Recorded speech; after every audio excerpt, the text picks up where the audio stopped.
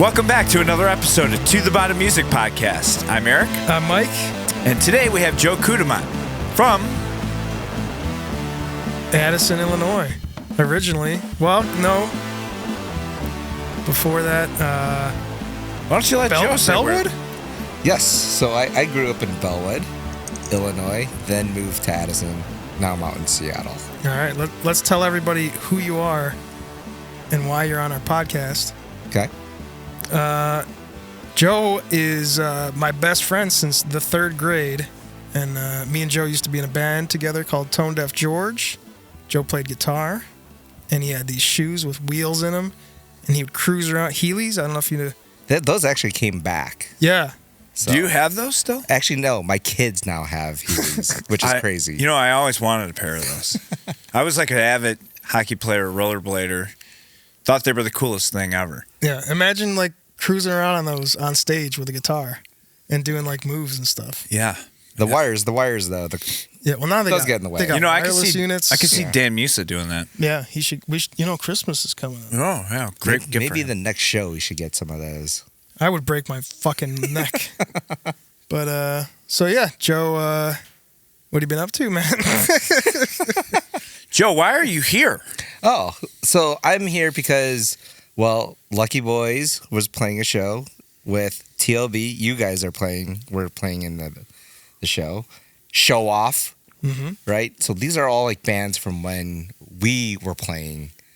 That I want to come and check that out. Like I want to be able to relive that kind of show experience. And how was it? It took me back like to when I was in college. Like I felt that. Yeah. And so like I've been to dozens of shows. You know, I've seen you play dozens of times over the years. But I never took away that experience of like I am in the show. Mm-hmm. And I felt that last night. Like all the songs, like like you feel like the chords, you just feel like the music. And that's like a music experience that you can't go to like any shows anymore and feel that and get that. I felt that with Show Off playing. Like, I'm a huge fan, and I know all the songs and all the, and it was like, I don't know, something about like, I wasn't out in the crowd. I was in the back, in the corner over there, in the back of the stage. But I was like, I felt the same thing, like so happy, so singing along to everything. And it was like, I didn't want to be anywhere else. Yeah, it was like, I hope they're going to play this song, And then when they played the song, you're like, yes. Yeah. It's like track 2 in my car, driving to the show. It's like you would blast that song and like sing along. And that's just reliving that same experience. I mean, Chris kind of let you down. What was the song you wanted to hear? Oh, Bad Date. Yeah. I tried, man. I messaged him on Facebook. I'm Did like, you? hey, my buddy's coming to town. He used to play in my old band. Like, he really wants to hear Bad Date. Yeah. He's like, no, It's, sorry, dude. it's just a funny, the lyrics in that song are just Yeah, no, it's a hilarious. great song. I mean, but that is an insanely catchy song, too. Yeah. That should have been, like, a huge smash, I would have thought. Yeah, absolutely. So you guys, you both grew up in Addison, and you went to school together, obviously. What grade did you meet at? Third grade. Third He grade. was already in school. I moved, like, toward the end of the school year. And I sat in the back of the classroom, and I was like, hey, that looks like a cool kid. And I used to, like, take the insides out of a Bic pen Yeah. and chew up paper and shoot spitballs. Oh, yeah. I was shooting spitballs at Joe because that's how you make friends, I thought. And Obviously. he raised his hand, and he's like, Mike's shooting spitballs. He tattled on me. Like, right I off the did. bat. I was like, who the heck is this new kid? Like, Yeah. does he not know that I'm the smartest math kid in this class? I didn't know that. Looking at it now, you should have been called, like, Spitball or something. From now on, you are known as Spitball. Formerly known. Oh, I thought you would be the spitball.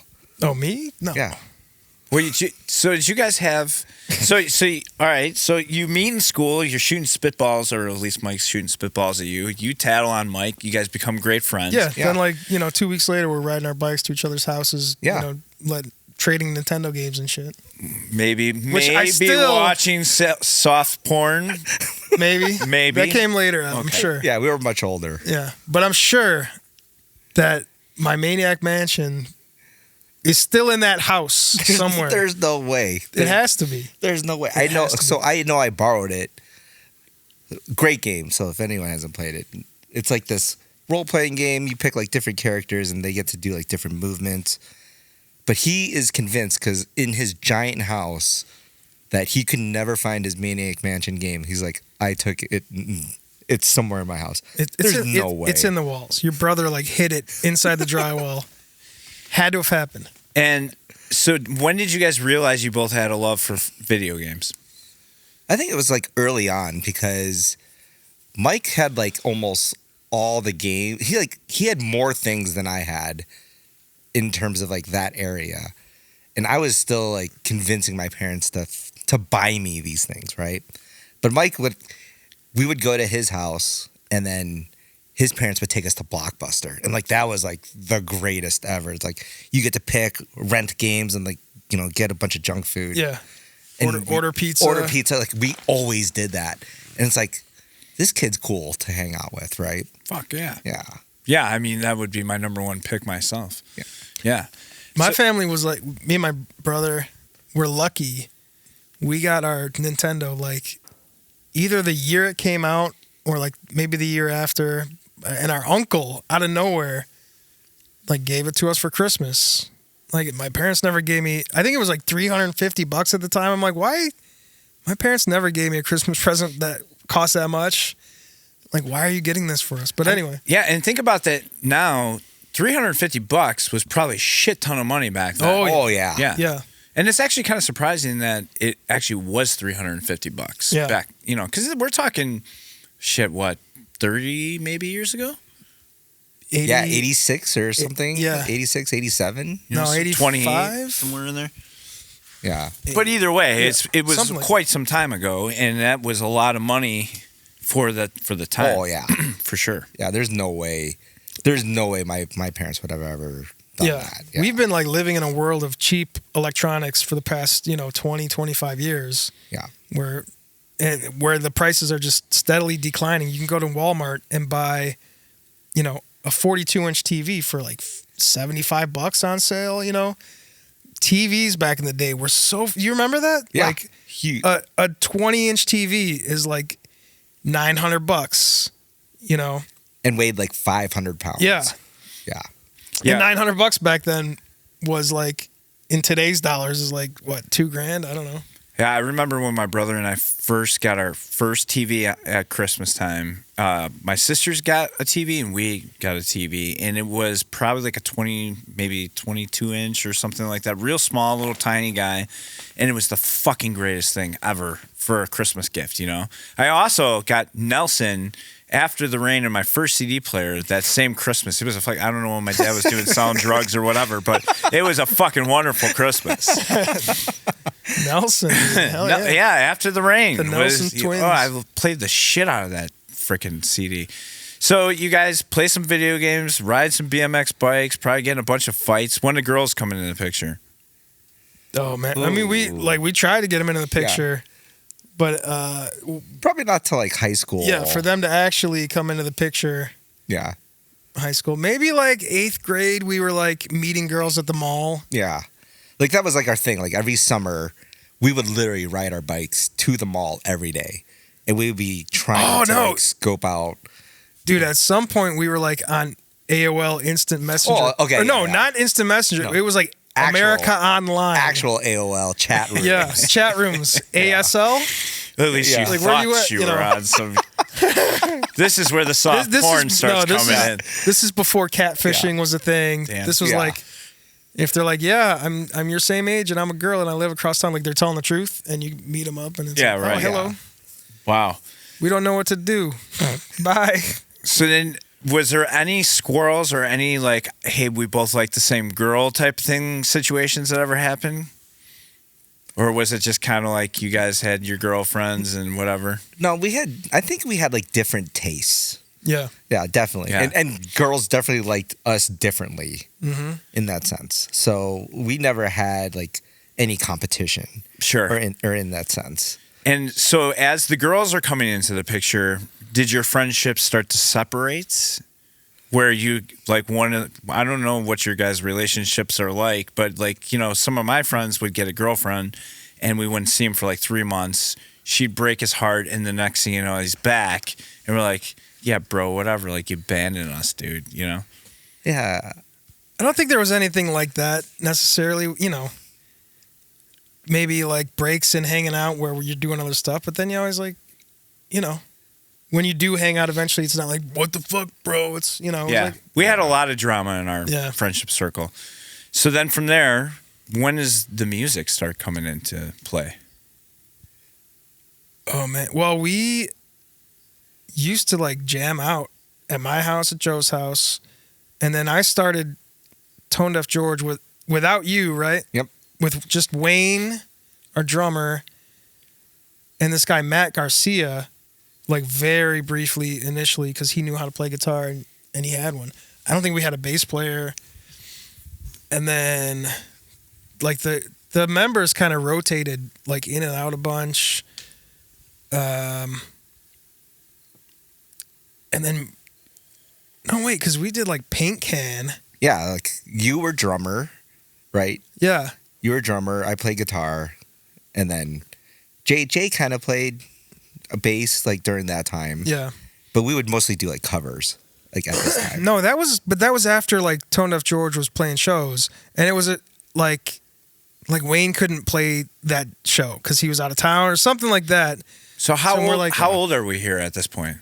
Like 15, 16, yeah, like sophomore year. We could drive at that point, right? Because we were driving to each other's house at that time. Not me. I didn't drive till. Well, he didn't have a car or a license. Yeah, so like I would drive to his house mostly, or go get him to come over and play at my house. Yeah, this is interesting to me because like we didn't really start screwing around with music until basically like freshman year of high school. That's really when I like. Like Tom started, Tom Higginson of the Plain White Tees kind of started already starting to form something. And, you know, then I was like really intrigued because my brother was friends with Tom and he's like, hey, I got this guy, Tom, he's making this, you know, music and whatever else. And then Jason from the Brockburn. So it was kind of like 8th grade, freshman year was like the start of it all for all of us. Yeah. I think me and Joe both were like musical. You know, super young. Like Joe played violin. Yeah. Had a piano in his house. You know, and I would teach him stuff on the piano, and I'd play like Heart and Soul with 2 hands, and he would be like, well, "How do you do that?" You know. Oh, okay. So like side story here. In elementary school, like we had music class together, right? And they had the piano in the music class, and you would be like at the end of class, if we had time, a student would be able to go to the piano and play. And Mike would go there and play like, I don't know, like The Simpsons or like something like where you do not know what's going to come or happen when he gets up there, but he plays something and you're just like, this is amazing. And Sure. We're like in like 4th grade, like, you know, maybe like 5th grade while this is happening. And so it's like, I could see like right away, like Mike had this like, musical, like almost like intuition for that. And then I think that's what I was playing. I played the violin like super early in elementary, and then my parents made me take like piano lessons, but I eventually fell off of that and just started like playing like a lot of different things. But Mike, it doesn't seem like whatever he picked up, he was able to do it so well. Right. And then from somebody that plays violin or something or piano that was a little more sophisticated than picking up a guitar and making noise, you spot that person because you're a little cut above, I guess, as an actual musician. So you sense that already right away. So you're like, fuck, I got to stick with this guy. Yeah. It was fun. It wasn't like work. It was fun. Right. Yeah. Oh, you yeah. know? And like I think junior high, when like Nirvana was hitting and Green Day, first Nirvana, then Green Day, like we were like, oh, this is cool. Like we should know how to do this stuff. And, you know, then we were like trying to like get guitars and PV amps and stuff. And you know, we would always, our very first thing, we're going to start a band with our friend Matt. And we decided he's going to be the drummer. So we made him buy this like Royce drum kit. There was always somebody on Trade-In Times advertising Royce drum set, 5-piece, $99 or something like that. He got that. You eventually had drums too. You had that. I actually had a Pearl set. Pearl. Yep. Pearl. What was it? It was a Export. Pearl yeah, Export. Yeah, it was a 5-piece. Super nice. Yeah. Actually. Yeah, I love that kit. Yeah. Beat up heads. What color? It was red. Ooh, nice. Yeah, it was like, oh my gosh, I loved everything about it. Because compared to the Royce, Yeah. the Royce sounded awful. Dude, that thing was a piece of junk. And I'm like, is this guy just bad at drums or is it the drum set itself? Right? Right. Somebody might have been actually decent back then. Yeah, I thought they sucked. And then I had asked for an electric guitar and an amp for Christmas, and my parents delivered on that one. And it was a sweet, was that the double barrel crate? The crate, yeah, A 212s. sweet crate, like hundreds of dollars for Yeah, that it's crate amp.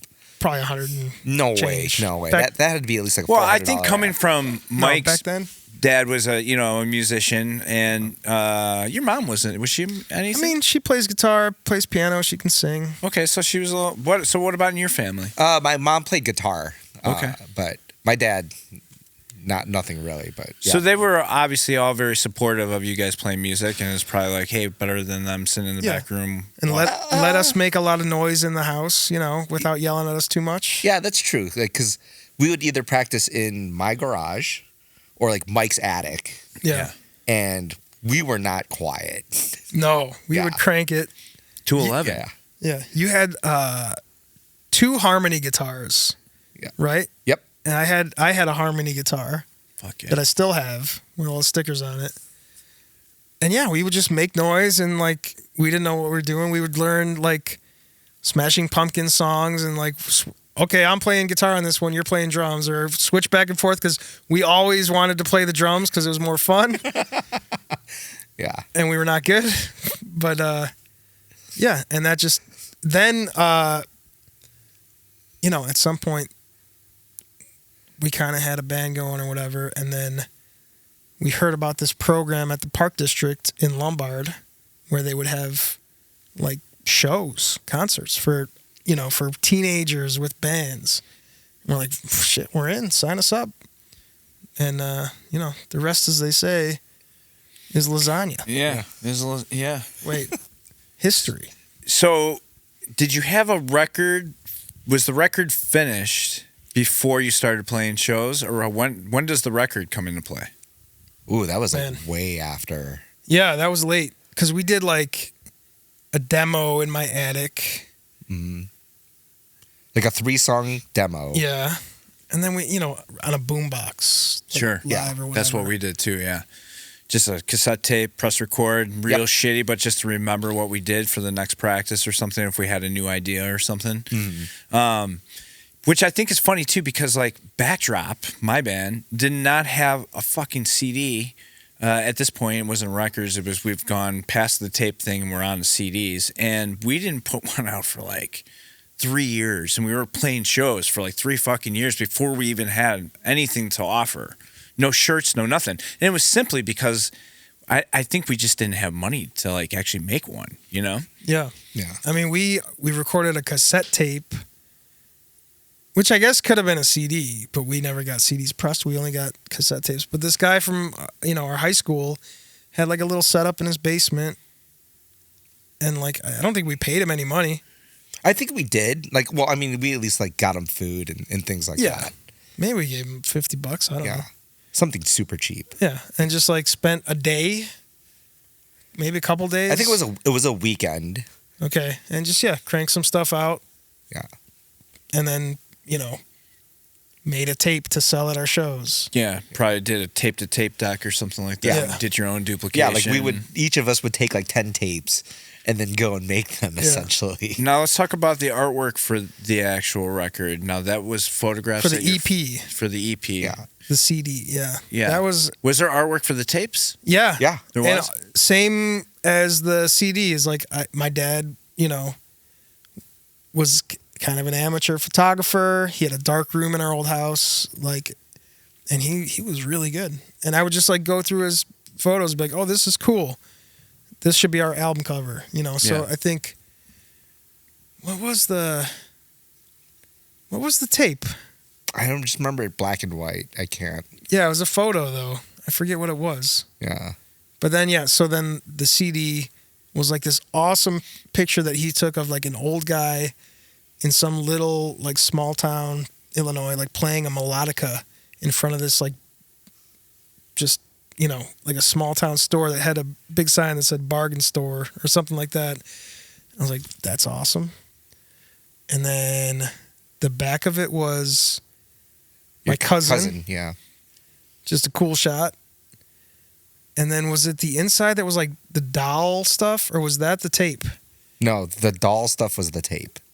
There you go. We did not have like a big insert on the inside. Okay. It's funny because Oh, no. I have it, but I can't like, I remember your cousin on the back. Yeah. I kind of vaguely remember the front, but I don't remember anything about the inside. The CD, the actual CD, was like one of those metal things that you get made at like a press coin, like a presser. yeah, and you like can have it, say whatever you want to say. So I like made one that said Tone Deaf George, and like whatever for $1, like Yeah. print it out or something.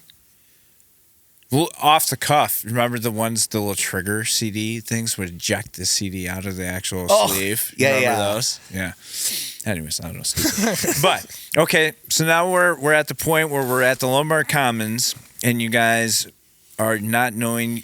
Did you know a lot of bands before the Lombard Commons? None. Zero. None. Okay, Zero. so Yeah. this was kind of like walking into your first experience where you kind of start meeting all of us. Yep. Yeah. All right. And of course, we all know the legendary Kosh McCarver was her name, was the booking person for the shows over there. Mm-hmm. And you had to be somewhat decent in order for her to give you a show. Otherwise, I don't think so. No, see, I remember I her. really- I do remember her turning people away. Okay. Like Really? you had to kind of be a little bit melodic of something in order to get into the clique. I feel like Paint Can shouldn't have played that. Yeah. I think it's because like we already had like reputation. Okay, yeah, probably. So then it was like, okay, we're just gonna let them play. Yeah, and that show like was amazing, but also probably so bad. And like It was fun. it was fun. It was And I fun. wish I remembered I wish it was on video because I had songs that I had kind of written and half finished that were awesome. That we only played at that show. Mm-hmm. And then did we do covers? We did covers. We did like "Cheat to Win" by Slapstick. Oh man, Like that was like our favorite song to play. Yeah. When the trio of us would get together. But it was just so high, like melodic, and I'm more of like the lower end of the scale. yeah. That I would just crack as I get to that high note. I remember that place. So when you would walk through, it was a huge parking lot. They had, I don't think the pool was there at the time, but you would walk in through that kind of like the front doors or whatever and load in, and you'd load in through the backside. Yep. And then it was kind of like a gym, if I remember right. Yeah. It was like basketball court, maybe floors kind of thing. It was like a small, Small gym. Yeah. like a kindergarten gym. Yeah, it wasn't like a very big room, but there was like no padding or anything from what I remember. So when we played in there, I remember it being really, really fucking loud. Yeah. Yeah. And the only insulation to like kind of absorb the noise was which every show I ever attended was almost a packed house. Oh yeah. Because nobody had anything to do, and that was the closest place to hang out. So if And you it were went late too, right, so if you were lucky to get on a bill there, like you were doing good because everybody was there to come hang out. There's always a good crowd, enough people to like, get the jive going. So, do you guys remember any memorable bands that maybe were like that we played with that were there for like kind of like maybe did a show and then disappeared off the face of the earth? Well, that I don't know about disappeared. I was gonna say Show Off played a show there, Yeah, absolutely. which was incredible, and also like a complete fucking chaotic like experience from front to back. Every single time they played, it was Yeah. a chaotic. It was awesome though. Yeah. You know? I mean, they were really doing it, you know? Yeah. Like you could see the clear difference between when they played and like somebody else played. Right. know? So to set that up a little bit, so I was in a band called the Brockmeyers, and Dan and Graham had left to start Show Off with Chris and Dave at the time. And, you know, we were all kind of at this point like, oh, what the shit is happening here? And, you know, we were an awesome band and we were having a great time, but like it was something about when those four got together and started Show Off, it was like the recipe for exactly what would lay ahead of them. Like they just knew how to kind of do like almost like a Fall Out Boy thing. Like be obnoxious, be crazy, you know, make you uncomfortable and have really great fucking songs. And by the end of it, you're like walking away going, who in the fuck was that? Yeah. You know? And that was the first band that I thought that kind of like was like, ooh, shit. There's something special here about these guys. Like they may actually go somewhere besides the Lombard Commons type of thing, you know? Yeah. And like we would go out of our way if we heard they were playing somewhere else to like go to that show. To go to the show. Yeah. Right, You right. know, Hangar 18. Oh, Hangar 18 was awesome. So yeah, that was Mike Herboth's place. So he had rented that thing, which it's still there. Oh, it yeah, is. It's See, still I asked there. Mike about it. I didn't think it was. Yeah, no, it's Wow, still shit. there. Yeah, I'll have to point it out next time. And I actually just today, as I was driving by it, I saw a bunch of like no trespassing, kind of like almost like we're gonna rip it down signs. No. Yeah, and Well, they're probably up there because people probably go there and like, man, we used to come here. Like, I it's mean- still here. We need to peek in and, you know, It's fucking trying to very like relive the possible. old days. But that so after the Commons, I mean, correct me if I'm wrong, but I kind of feel like it kind of went to Hangar 18 was like the new place. Yeah. I don't think we ever played there. We never played there. No. No. And you weren't in the Tees when the Tees were playing there. No. No. So I would watch the Tees play there. Yeah. yeah. But then we like started, you know, playing. Other venues. Yeah. There was like off the Off the alley. No? the alley? Or was that off the alley I think was like Like the back to the downtown. office. Am I, There was like a coffee shop in like some town. Mojo's. Mojo's. In, We played dozens of times. yeah. Mojo's. Did you ever play Sweet Junes? I don't think so. No. We played was it like US Beer Company or something? And it was Yeah, it was something similar to that. something like that. Yeah. And like we played with this other band that like that was later, I think. No, Yeah. that couldn't have been. No. So everybody, we were all minors, and it's like you know, they serve alcohol and stuff. So it was weird. Like maybe if you're like, oh man, there was some shenanigans. Like the other band we played with, like brought these girls in that were maybe they told us like, yeah, you have to be 18 to be in here. Like you can't drink obviously, but like you can be in here. We're gonna draw X's on your hands, but you have to be 18. And they brought like 17-year-old their girlfriends or something like that. So I think we got banned from ever playing there again. Yeah. But then you know we played Fireside Bowl. We played the Metro. Right. So Eventually. I guess my question to you, so after for you guys, what was like the next level up and when did you start to be like, okay, this is getting pretty freaking interesting. You know, like we're kind of like gravitating towards another level now than the Commons. I would say, you know, we played our, what was it, graduation? Yeah. Oh yeah. Like at our school. Oh, no And shit. so like they had a basketball game. We played the halftime show up top, Yeah. right? And then I think it was that because everyone was like, dude, that was awesome. And we had a small set, like maybe like 5 songs or something like that. And then we're like, we could play other shows. Like we had just been playing probably the Commons mostly up until that point. Sure. And then like people, And maybe backyards. or yeah, something. backyards and stuff. And then people wanted us, like, you know, we played this one kid's like graduation party. Oh yeah. I Yeah. have that on tape, I think. Yeah, and it was just like other people wanted to hear us play, and so it's like, okay, where else can we go and book? Who else do we want to kind of go with? Like we had like a regular roster of bands that we would normally play with, and then just rotate out. Like Was there any other Addison bands that I may have not been hip to that were I should have been, that you guys may have crossed paths with? I mean, our favorite bands probably from that scene were like, we loved 007. Okay. The T's, obviously. Yeah. Not Addison, but Yeah, Bellpark. that area. Yeah. Yeah. The DuPage County area. Gotcha. Backdrop, obviously. Yeah. I loved, like, from the Commons, like, Dutch Oven was Fuck yeah, dude. one of my most favorite bands. Like, they had this song, and I would just sing it, like, it's so funny. Yeah. Yeah, But I it was mean, like Jeremiah, dude, was Yeah. he was a genius. It was just punk ska, like, Yeah. type of band. Yeah. And like great attitude. Like Oh, cool guys. Like, you Yeah. know, cool guys. Yeah. Yeah. We played at Enchanted Castle one time. A couple times. I mean, yeah, but one time we played and we like packed the fucking place. It was amazing. And then after we got done playing, all of our fans like left, and this band played after us to like us, kind of packing up our stuff and maybe 12 other people or something. This band called Muchacha. Ooh. That fucking blew me away. They're so amazing. If you never heard of them, like look them up. They were incredible. And everybody left after you guys? Yeah. Mostly, it's like mostly the people that we brought, like our close friends that were hanging Yeah, out with like us. our high school friends and yeah, stuff. yeah.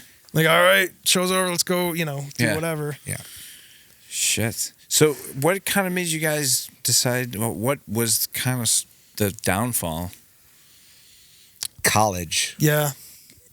Like me, Jay, and Wayne, we went 2 different schools between the 3 of us. And so coming back home and playing, like we would come back home and play shows, but we wouldn't be able to like practice, play shows. Our girlfriends at the time, like there was so much like going on, right? And in order for it to like kind of stay consistent, you have to practice, you have to like write songs, you have to book shows. And that was just a lot of work. Yeah. And I was, I'm sure, a terrible, like, quote unquote, band leader. Like I couldn't organize anything for shit. My ADD, even just like practicing, I'm fucking around 90% of the time. And it's like, come on, dude. Like, Yeah, that was like backdrop. I was a terrible band leader You know. too. My brother was the only one that kept it together. That like organized like Yeah, the and he shows. really probably didn't even want to be in the band because he loved punk rock, So, yeah, it didn't go very. But you know what? I will say this. Like, even though, like, Mike being, like, the leader and not doing those things, he wrote, like, 20 great songs. Fuck yeah. Like, each song, melodic, the tunes, the lyrics. Like, when we played our reunion show, like, 5-6 years ago, or however long it was? 7. Yeah, Yeah, it was longer than that. Like, just playing those songs again, not even at practice, but in front of people, and then people, like, singing the songs. Like, each song was so good. It was hard not to. Like, we wanted to play every song, Mm-hmm. And, like, we almost did. Yeah. There are, like, 2 or 3 that are, like, technical that we, like, I don't think we're good enough to play those songs anymore. Do you guys, I know that may or may not be some whisperings of possibly trying to put something together in the future. Do you guys ever wish that you could kind of make another record? I want to. I'm here, man. I've talked about it all the time, like. But even like, okay, the CD that we made was Tom Higginson, like, called me and said, "Hey, Mike, come to this address. We're recording Tone Deaf George CD." I'm like, what? Okay. And I show up and all the drums are already done. He played the drums himself, Without him doing that, me as a shitty band leader, like, it wouldn't have happened. Yeah. Okay, so rewind just a little bit. So at this point, you and Tom are friends, obviously, Yeah. through playing and knowing each other in the band, stuff like that or whatever. So Tom calls you up and takes the liberty to tell you, I've already recorded all the drums. It's already been done. Tom, at this point, knows me well enough to know that, like, he loves my music, apparently, but he knows that I'm never going to, like... He's never going to do it. Yeah, I'm just like... We would have Wow. never had the CD had Tom not to do that, to be honest. Yeah. That is So- freaking crazy. Yeah. So he calls me up and says, come over to this kid Wes Kozakowski's house. He's got a studio. We're waiting here for you. You know. And it was a legit studio in the kid's basement. Yeah. So I've recorded there as well. And one thing for our listeners that don't know too much about this house, so is our friends Wes and his brother, and their father helped them build a studio in their basement, but there wasn't enough room for the drum room / whatever, you know. They literally dug underneath the foundation of the house and with 5-gallon buckets and took something ridiculous like 500 buckets out and walked it up the stairs and outside to make that room down there. Wow. Yeah, like it was hand dug underneath the foundation to build that, and then they built it. His dad was like an engineer. And anyway, so crazy little studio. It was super cool. Like you walked into it and you thought you were like in mini LA or something like that, you know? Yeah. For the time. Yeah, like people hear that CD and they're like, this sounds good. Yeah. It did. It does. It sounds you know? like you cannot even tell it was like a basement like studio because it was produced at like such a high quality. Yeah. And I mean, those guys really knew kind of like they really wanted to be great engineers, and they really took pride in like recording bands and stuff or whatever. And they were such nice guys, and they poured their heart into it. And for most of the stuff that came out, there was really great. You know? Yeah. And we got a deal too, like for the amount of hours that. Yeah. Did we pay anything? Yeah, $50 a song. Oh, we did. Yeah, Okay. but how many hours Mike wanted to redo all of the tracks? Oh, I can imagine knowing Mike now. Yeah, sure. Yeah, I mean, I think back in the day too, everyone just worked with each other because we all didn't have much. We were working at Walgreens or wherever it might have been, And I think everybody was just trying to help each other and learn from each other, which was so cool about what it was like to grow up in our little music scene. It's like we didn't have a lot of money, and the money that we did have, we would blow on whatever new guitars or amps or whatever we could find, Yeah. So I think that time of our life was so cool because everybody was willing to help each other. And it wasn't really a competition too much until things started kind of getting a little more serious and then like progressing and people were kind of moving on. Yeah. But I mean, also though, we were all just such big like music fans. Yeah. And every week we were like going to shows. Whoever's playing, Right. Or we don't know who's playing. Well, fuck it. Let's drive to the Fireside Bowl and check it out. And that kind of, I don't know. So like for people that might be listening that are in Seattle or not from the Chicago area, I'm sure a lot of people, this would be a main question for me. Like I would want to know and I know you can't answer this question because you weren't there, but what was it like in the Seattle local music scene during the Nirvana days, Pearl Jam days, and all that shit, right? Wouldn't you want to know, be a fly on the wall at those days? I think that would have been just crazy just to like kind of think about it because so I got to Seattle in 03, 04. Like Nirvana, like Pearl Jam, that's like early 90s. Right, yeah. And so I kind of saw the remnants of it, kind of it transitioning in a sense. And it was still like very music heavy, but I can just imagine what it felt like, or like some of the places like the Tees have played at, like El Corazon. Nirvana used to play there, like all the time, right? And like what going to a show would have been like there, would have been. But like I think when we were like younger, we heard about the Seattle scene. We heard about like, Gilman Street, Rancid playing, Green Day playing there, And we're like, we want this. Yeah. And then we kind of like made it happen. So what I'm saying, let's talk a little bit what it was like for us in the Chicago music scene, for people that are listening that maybe like we would want to know what it was like in Seattle. Like for me, so, a very little music knowledge. I wasn't brought up with a musical background per se. My musical knowledge was on Dick Biondi, listening to the oldie station, driving around in the car with my dad.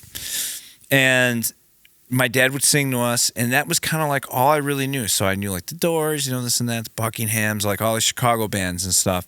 And then, I got into music with my brother. He introduced me to Nirvana, and then Pearl Jam and everything came after that. But then Chicago started happening. So we were, I'm not like saying as an ego thing, but like we don't even realize like we were such a part of the Chicago music scene as it was blowing up. There wasn't 20,000 freaking bands out there. Yeah. There was a very select few bands that were playing every single weekend, and came before us was like 88 Fingers Louie, and all those punk bands that started to pave the way for us. And then like, here comes the Smashing Pumpkins, like what was that like for you guys as being in a band and like the Pumpkins coming, Silverchair coming over from Australia, like, you know what I mean? Playing the Odeum in frickin' Villa Park. Yeah. Like it was freaking nuts, wasn't it? I think for me, my perception of the Pumpkins, I didn't really have one until they were like Nirvana level. Yeah. And then I'm just like, oh, fuck yeah, Chicago's where it's at, man, Right. I mean, being here didn't feel like something, we knew something special was going on, but I'm saying I don't think we were fully aware because we were all from the suburbs and stuff like that. We weren't really in the city. We were playing there, but it all happened so fast and slow at the same time and gradual that it like almost kind of came and went. Yeah, I think it was different too because like at the time we grew up, social media was not a thing. Yeah, you had to be there. You had to feel it. You had to hear it. You had to experience it differently, right? Versus like seeing an ad or a short on Instagram or YouTube now. But yeah, you had to understand it. And it was, I remember like Melancholy and Infinite Sadness was like my first Pumpkin CD I bought.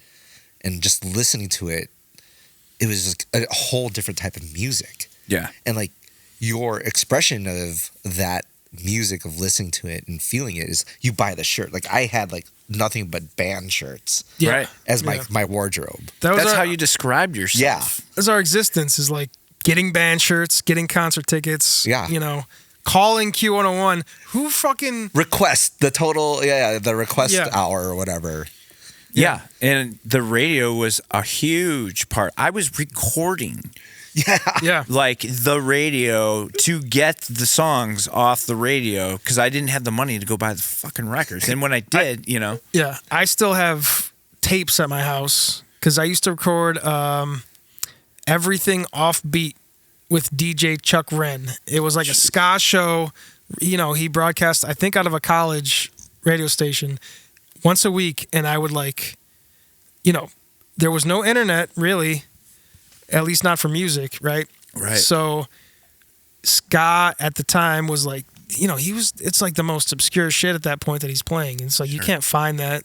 So yeah, I would record it, every fucking weekend or when, Tuesday night, whenever he did it. And how fucking cool is that? Yeah, amazing. Yeah. And I would tape like Q101. Yeah. To like find out, hopefully they said who that band was, I went to Twisted Christmas 1, and they started giving out the air fresheners. I don't know if you guys ever went to any of the Twisted Christmases or not, but they would give out air fresheners with all the bands on it. It'd just be like, the stupid Christmas tree that would hang from your rearview mirror of your dad's car or whatever. Well, somebody's branding idea was so genius, they gave out these air fresheners. And I think they did it I don't know if they did it for every single year, but definitely the first two that I went to. And it had all the bands on it and all that kind of shit or whatever. And they were like every of the hottest band of the time. It was a really badass concert, Yeah. And I just remember I felt like I was so important to like not my band or me, but like that I was witnessing and being a part of this. There was nowhere else to be, but you had to go be around music all the time. Yeah. I mean, I think that like if that existed, if we had to like do it all over again, it would be the exact same. Like it would be probably even like 10 times that for me. Like it would be like a mecca of I don't know. You guys are looking at me like, what the fuck are you talking about? I think you're right. Like, we would have done things differently. I think we would have done them the same, but more. Like, we would have put more into it. Right. Or, like, done more things. Right. We would have went to Tower Records, 4 times in 1 week. Yeah. Not just the one. Yeah. Tower Records. Yeah. Or Sam Goody. Or Musicland. Is that what it was? That North Park Mall? Yep. Musicland. That's like where I would buy like the $20 cassette tapes. Yeah. Or Bogarts. Or the posters. Yeah. Yeah. Did you ever go to Bogarts? No, I Madison? don't think I. Oh yeah, I did actually. I did go there once, I believe. It's a weird place, huh? Yeah. They had Mortal Kombat. They did have why I Mortal go there. Kombat. That's why I went there. Yeah. Do you remember the feeling of going and being able to go buy like something that was on the radio and walk in and actually purchase that? Yes. Like after you get like a paycheck and then you're like, I can do whatever I want with this money. Right. Yeah. Yeah. I mean, I got Nelson, after the rain for Christmas, so it wasn't that cool. But I think I'm trying to think what I know. I bought sticks at one point.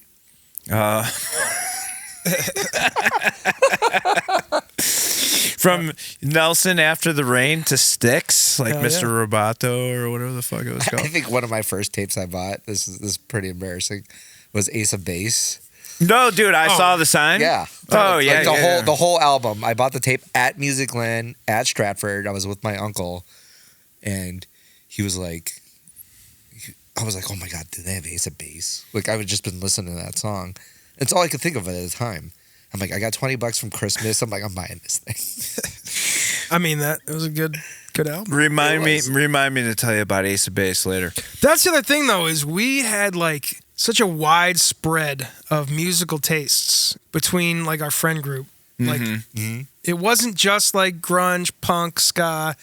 Like, Joe was getting fucking Ace of Base. Criss Cross was like rap, fun on the regular. Snoop Dogg. I had like Dave Brubeck tapes and stuff, like jazz. Yeah, I was gonna say you were probably classical totally stuff off, too. though. All over the place. My dad had a fucking amazing CD collection that I would pilfer, all the time. And we would go to like the music store and just browse, Yeah. Flip CDs and this one has a cool cover, cool. Or what was the like 10 CDs for $2? Dude, like BGM. Yeah, BGM and Columbia House. Yeah. Like 17 for like a penny. Yeah, we all like had that shit coming in. Yeah, which is fucking mind blowing to think about now. Yeah. I mean, I think it takes like 1,000 spins for me to get 1 penny from Spotify. But I think the era that we were living in was just like It was so good. Yeah. Like I wouldn't have wanted to grow up in this era. Right. Like no offense, but like you discovered music differently. Yeah. Whether by accident or whatever, like now you could be like more picky, but like you had to go through a bunch of bad music until you figured out some good music. Do you think we can ever find a way back? Yeah, I think things happen, it'll naturally, like people have always loved music and lived for music. Yeah, that's for sure. That's a constant. It'll never go away. Yeah. I just wonder if we can ever find our way back to a tangible time where obviously record sales are the biggest they've ever been. Obviously, CDs don't exist. Tapes have made their way back, and tape players. Yeah, vinyl. It's a big promotional tool for a lot of younger bands and stuff, making actual cassette tapes compiled with what's the word I'm looking for? Doubled with a cassette player, because you can get them like on Amazon. You can get a box of cassette players probably for like $50 for like 20 of them or something, Yeah. But I wonder if there'll ever be a time when there's just record stores on every corner again. I don't think so, but I Yeah. think, things change and progress. The 8-track is never coming back. No. The phonograph or the Victrola, whatever. Wax cylinders. But and genres evolve and new styles come, and music is always like the heart of it, Yeah. and will never go away. And who knows what the next way we may hear music, I mean, I don't know how you could really go any different than the way it is now. Like, I can't even imagine a different way to listen to music than the internet at this point. Some implant like in your ear. yeah, Yeah. You just think of it and then it starts playing. Do you guys remember the first guitar that you actually purchased with your own money? ooh, Mine was a green Hohner guitar.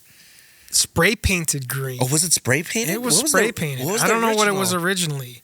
Maybe it was like a purple or blue or something. Somebody spray painted it. We did. Oh, we did. Yeah, We yeah. did. That's right. Now, when you said that, I was like, yeah, we spray painted Yeah. that. It was a Hohner guitar off that place on, what is it? The street that Enchanted Castle's on. Main Street. Yeah, off Main Oh Street. no! I know exact. It was on Westmore Myers Road. That place was called Music City. Oh, that's right. Yeah. Yeah, so it was like this, it was a Strat style Yeah. guitar, but it was super cheap, like maybe just over $100. But it felt like so nice. The brand was called a Hohner. Yeah. And then we took it apart Yep. and then Spray painted. spray the body. painted it green. And that guitar was just, That was a sick guitar. that was one of my first purchases into the guitar world, because my Harmony before that was like a birthday present. So that was my own money. Yeah. Yeah. What about you, Mike? Man, You've had so I many. think I know. So it would be the second electric guitar that I ever owned, and I can't, for the life of me. So the Harmony was the first. Yep. And then right after that, maybe that PV that I bought from Music Go Round that I sold, the only guitar I've ever sold, Wow. and I still regret it, was like a PVT 60. Man, that thing was awesome. It wasn't the Red Squire. You did buy the Red Squire from Matt. I bought that from our friend and the PV amp that he had.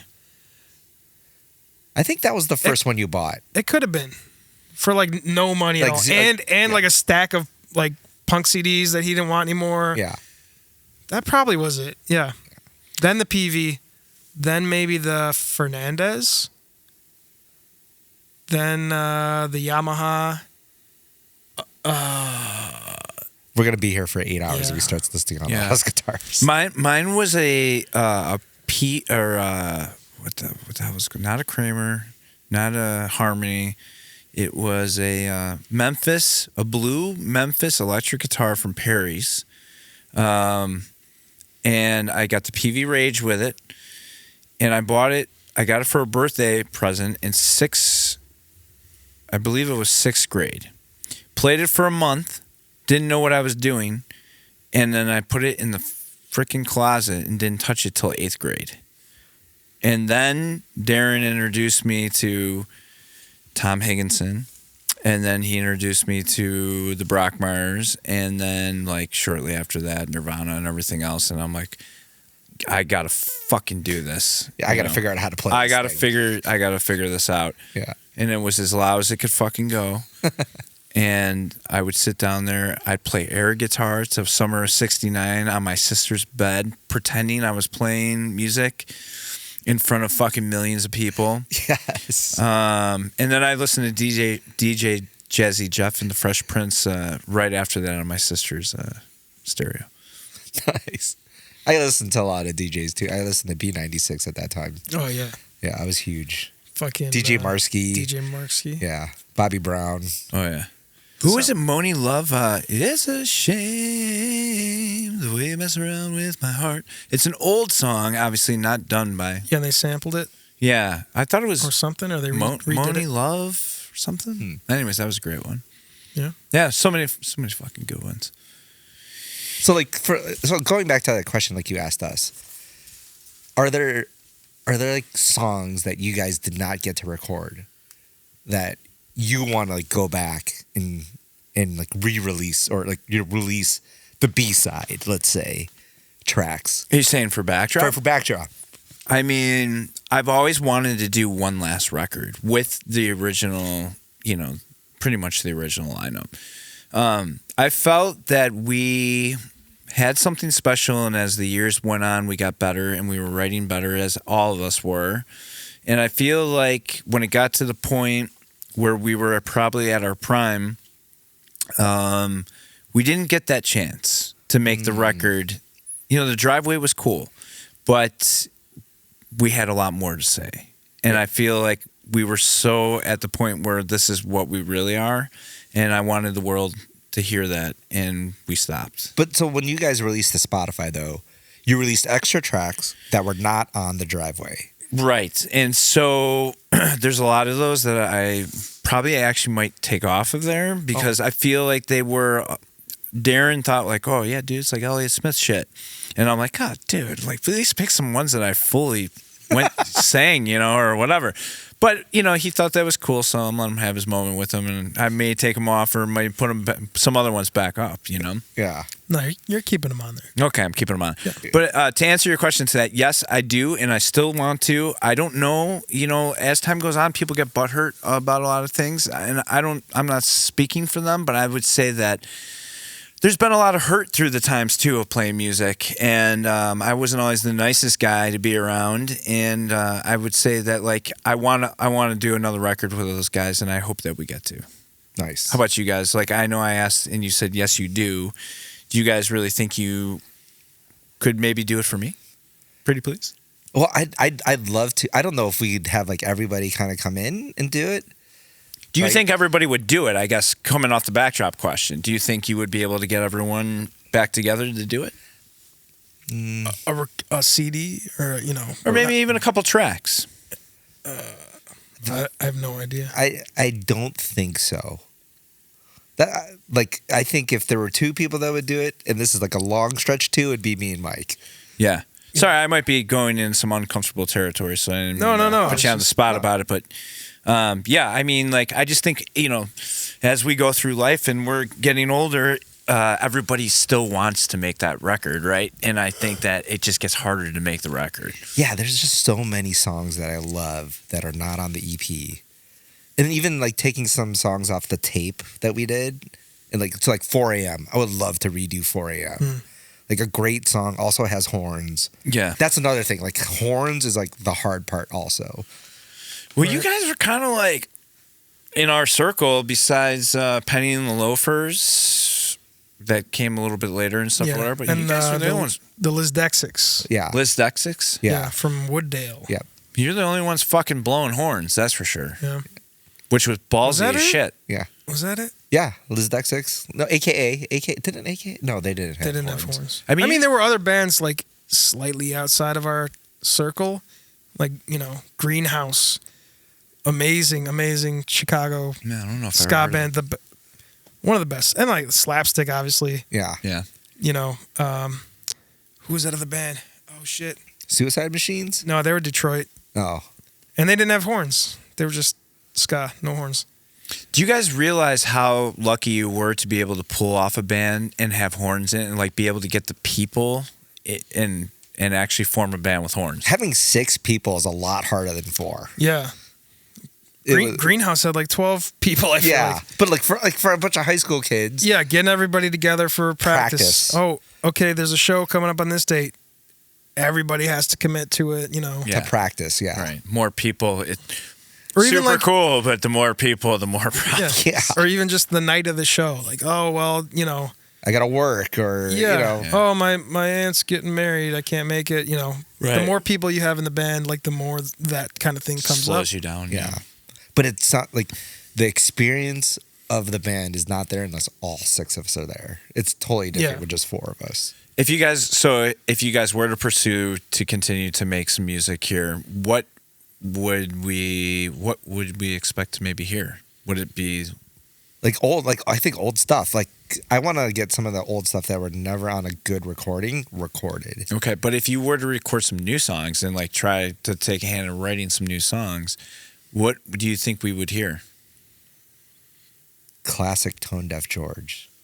Yeah. You'd hear probably nothing because I would write, one song every 8.5 months if we were lucky. So that leads me to my next question. So like when I find myself writing these days, I feel myself going back to the original backdrop, sitting and writing that record in 1 week. I feel like I don't know how to write any other way. You wrote that record in 1 week? 1 week. Holy cow. Every song on that record. Lyrics, music, the whole thing. Wow. It wrote itself. And I could never do it again, and nor would I ever want to do it again like that. You could do it. Maybe. I mean, right now. So we Sure. had this discussion with your brother last night. Did you have like some sort of motivation that was able to get you through that in like 1 week? Like No. for TLB, he, your brother obviously had just gone through a breakup and all that. You were just chilling, writing music, or what was on your mind Which at is the time? funny, like, I had lost my dad, obviously, so I was kind of in a bad place. But the songs were like, one song's about my relationship with God at the point, Take Me In. And then there's Unconditional Love, which was like, I would watch a lot of movies and I'd be like emotionally moved by like some kind of romantic comedy or something. And I'd like try to kind of write the song off the movie, if that makes any sense. And then last night I was asked about the song Lisa.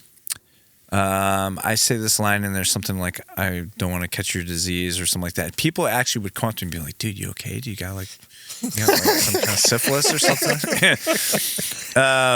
But like, those lyrics, everything just kind of boom, came out like in one sitting, like our friend Ronnie would be like with Lisa, I just broke up with my girlfriend Lisa, and he would talk a little bit about it, and he's like, can you write a song about that? Yeah. And I went home that night and wrote Lisa. I don't know. It was so super off the cuff, kind of like they just came out. So I used to make these like mix CDs, and I would take like a song from like every band, and actually the song I would take off of the driveway was Better Off. Really? One of my favorite songs off that. So what was that song about?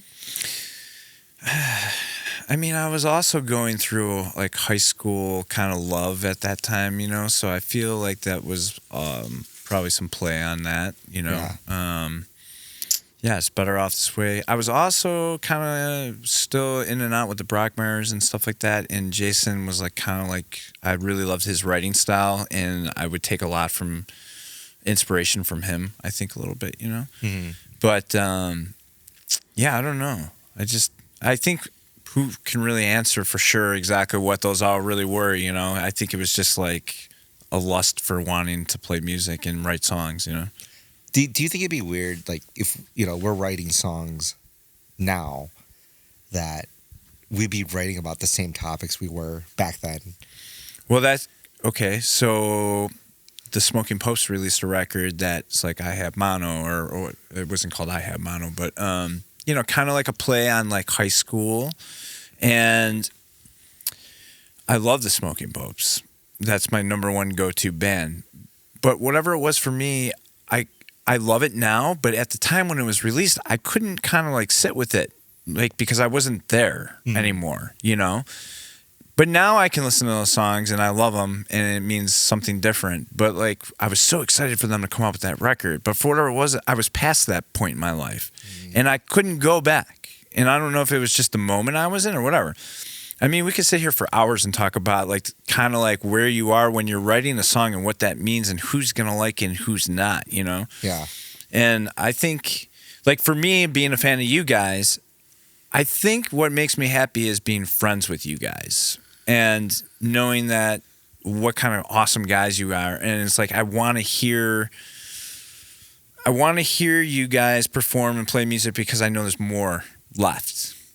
And that's why I'm bringing this up, because I feel like if you were to get in a room and write some songs and push yourself to write them, I feel like it would be incredible. And I feel like you stopped too early. Joe, write me some lyrics and I'll do the music. All right. Send them on. I also think there's something to be said about like being best friends from being little kids and stuff like that or whatever. The relationship that you guys have, that Mike and I were great friends, but we don't own that. We don't have that same feeling towards each other like you guys do. You guys are like freaking bros.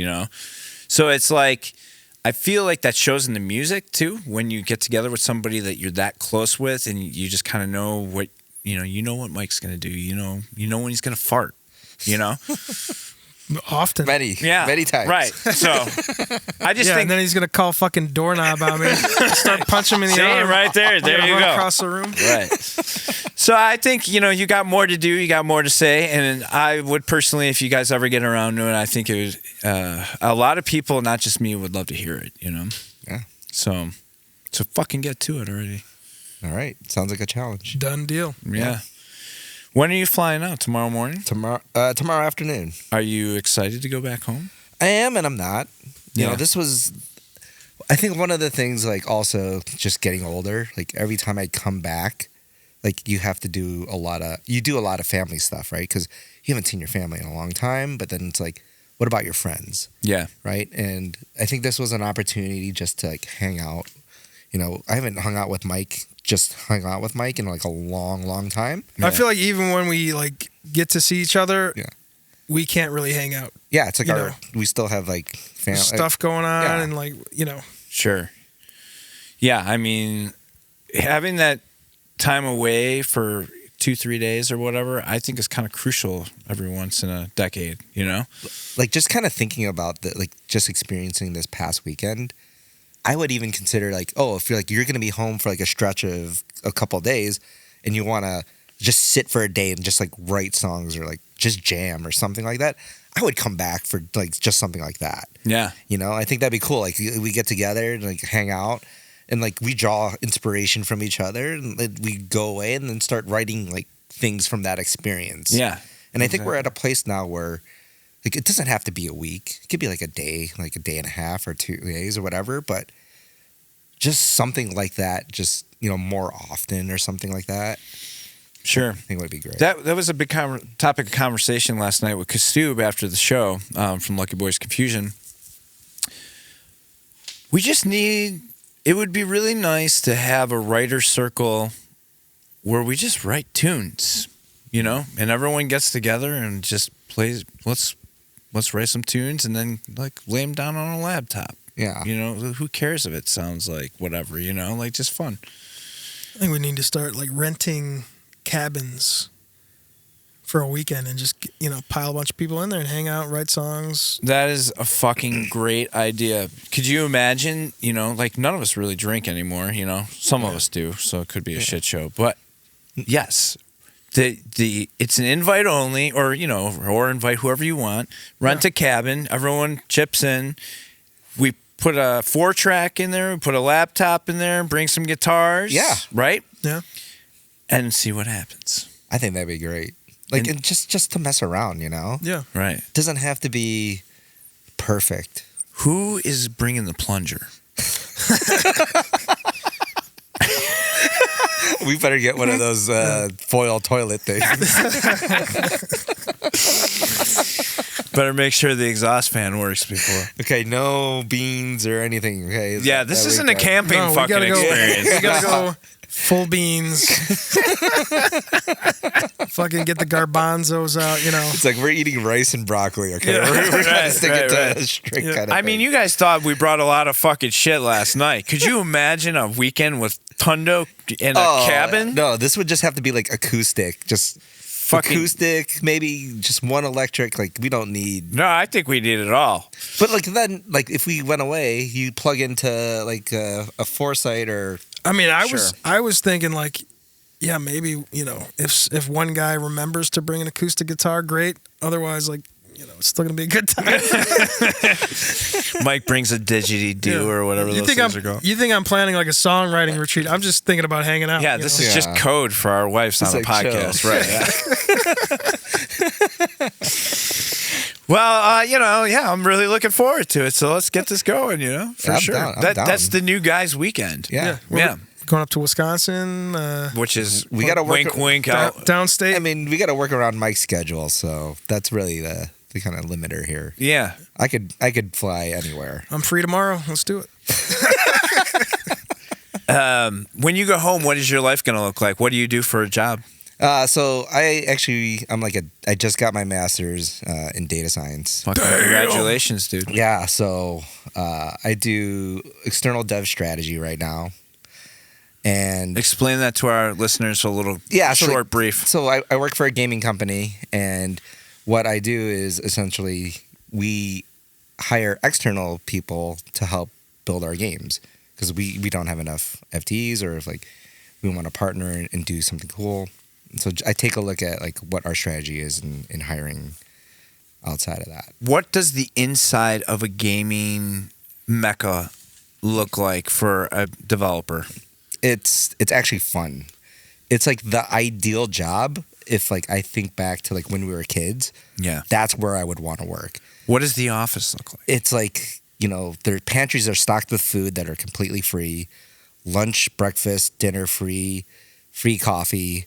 There's video games There's everywhere. video games everywhere. There's like rooms where you can go and just fucking like play console games, right? rooms, like where like we have a console room where there's like every single console and like all the games in those rooms that you could play. We have like tons of PCs, arcades. It is like literally like a giant kid's dream. How many shitters are in this building? Tons. All complete with plungers? Yes. It is kind of crazy how me and you both are doing like our idealized like childhood dream job Yeah. kind of things. What the fuck happened to me? I must have been manifesting the wrong thing there. Spent too much time like, playing in the backyard in the grass. Yeah, picking flowers and There's stuff for my mom or some It's shit. never too late. Yeah. Never. Yeah. So do you work? Do you guys get like fancy foo-foo hours, or do you put in normal like 8 to 5? I'm 9? like I'm pretty sporadic. I have a family, so it's whenever I get on and then whenever I need to get off. There's Okay. no like you need to be in during these like times. Okay. Which is great, and I'm mostly working remote anyway, and so I love it. I wish I would have done it so much earlier in my career, because I've worked like in big tech, and then now like working for this company, it's like night and day. Sure. I'm like literally living my dream job. Fucking awesome, dude. Yeah. Good for you. Are you fuck, I forgot what I was gonna say. You 'Cause ever, I- you ever gonna get the roller shoes again? Yeah, you ever gonna get the fucking Wait, we roller asked him shoes? that. I was thinking about it, but man, taking a fall at this age is like pretty brutal. Oh, tell us about your hockey career. So hockey career, I grew up in Chicago, of course, so played a lot of street hockey. Me too. By the way, I would play street hockey with this guy. You probably didn't ever imagine that. But we would play street hockey. My slap shot was getting pretty good, Yeah. towards the end of it. Well, what the fuck is going on here? Yeah. This is now we got to rent a ice rink next to the frickin' cabin in the woods. Yeah. No, now I'm gonna struggle to get up out of this chair. There's no way I'm playing hockey. But I mean, so you guys would play street hockey Yeah. and whatever, bang the puck around and stuff or whatever, and And that then- led to your Yeah, I would skate on the pond in the winter, because like the pond by our elementary school, it was small enough that in the wintertime it would freeze over. yeah. And so I'd go over there and skate. And then I played 1 year in high school.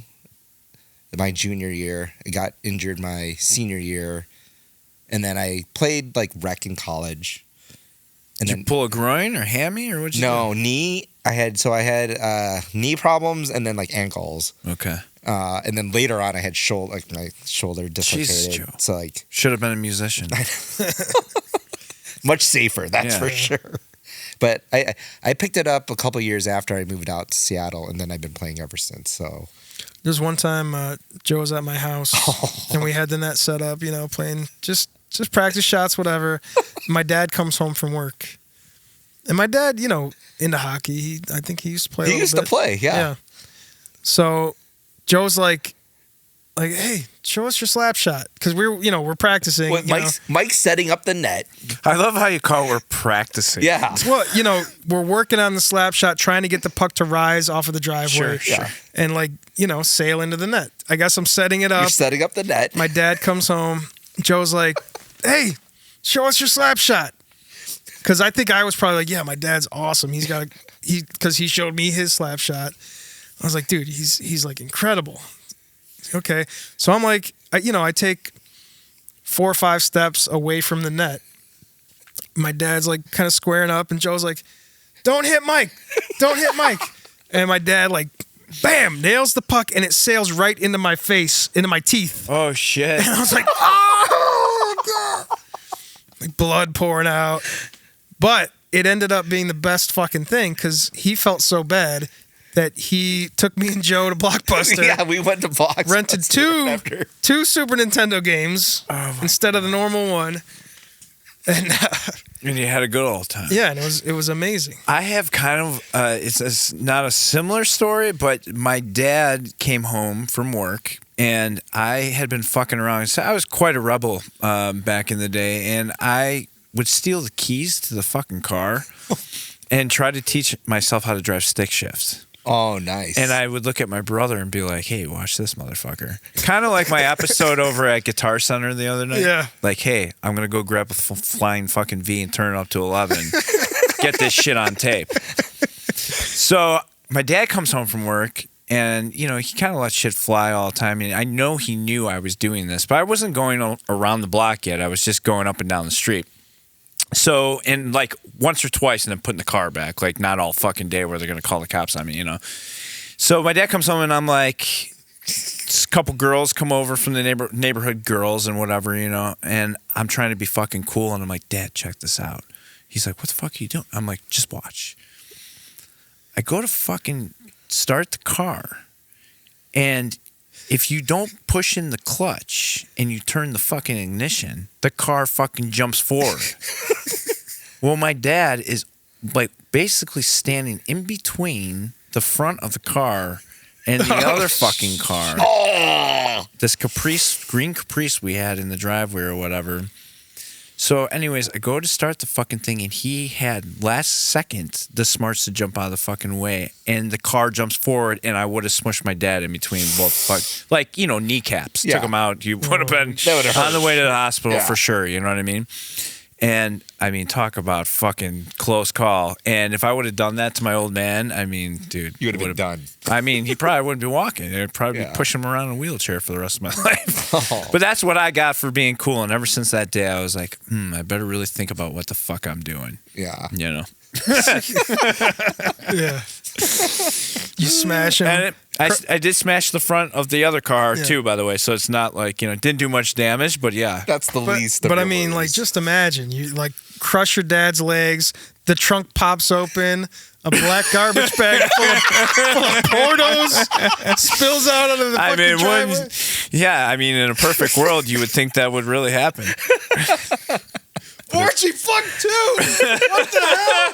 What the fuck? What's wrong with you kids? Well, Joe, we wish you the safest flight home, and get fucking working on this Tone Deaf George shit. Yeah. Will you Yeah. please? Yeah, And come absolutely. back soon. I'm serious. I had a great time with Yeah, it was fun. I loved hanging out with everybody. you. Yeah. Now, let's get to this cabin in the woods. And I'd love that. all right, dude. All right, thanks, guys. Yeah, thanks for coming on. Yeah.